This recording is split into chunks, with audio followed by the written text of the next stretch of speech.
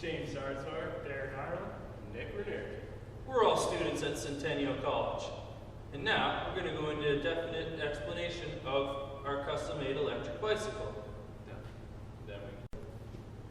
Hi guys, you know me from the last slide as Nick. Basically I'm going to tell you about the fabrication on this vehicle here. We've got our battery box mounted, welded to the bike frame, perfectly parallel with the frame to give us the best handling. We've got our motor mounted directly to the frame via mounts so that the motor can be reused if need be. We've also got our setup here for the drive linkage, which is basically 2 additional sprockets that we've welded onto the shaft, and our guard here. The guard is obviously for safety. But this bolt, that's our tensioner. That's what's going to keep our chain from skipping. The key component of this drive system is a 30 millimeter snap-on socket, courtesy of Centennial College. And if that wasn't enough, we've got our handy-dandy kickstand here, custom made so that it can hold up this nearly 100-pound bike. And we've also fabricated on some foot pegs so that your feet will not be dangling. We've fabricated a horn onto the front as so. Hey guys, it's John here, seeing me from the slide at the beginning. So I'm going to go over all the electrical of the bicycle since I was in charge of most of that. So we started off, we have a 24-volt DC motor mounted right here. And then we have our 24-volt speed controller also mounted right there. So the power comes, obviously, if you guys know electrical, power comes out of the battery into our speed controller, which is controlled by this potentiometer. We have this thin little wire in here, which goes back. It's just simply signal wire that tells us when to rev up or down the motor.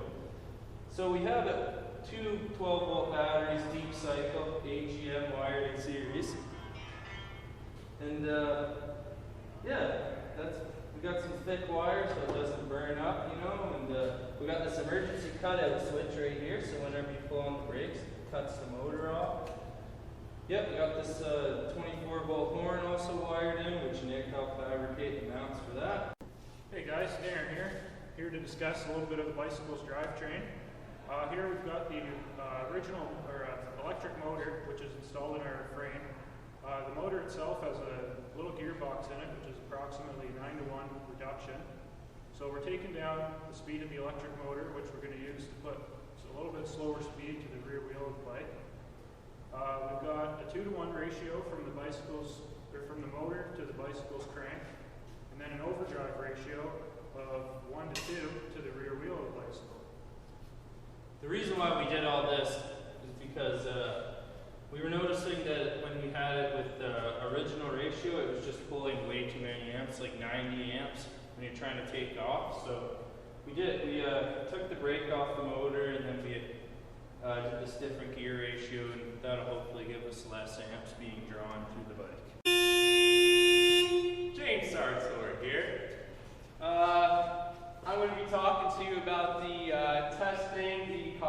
legs and the truing of the wheels for our electrical bike.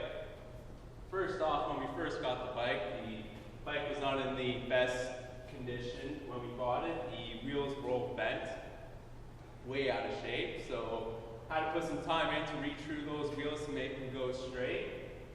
Another thing we did was we cosmetically made it look amazing. Cosmetically enhancing. We chose the Centennial College colors because we love our school and we think it actually looks pretty good like that. During the testing of this bike, we discovered that our bike could do a 20-kilometer trip on one charge with a maximum speed of 32 kilometers an hour with an average speed of around 16 kilometers an hour. And this is all on one charge, and we did not get to finish the test. So the bike could do probably a little bit more off that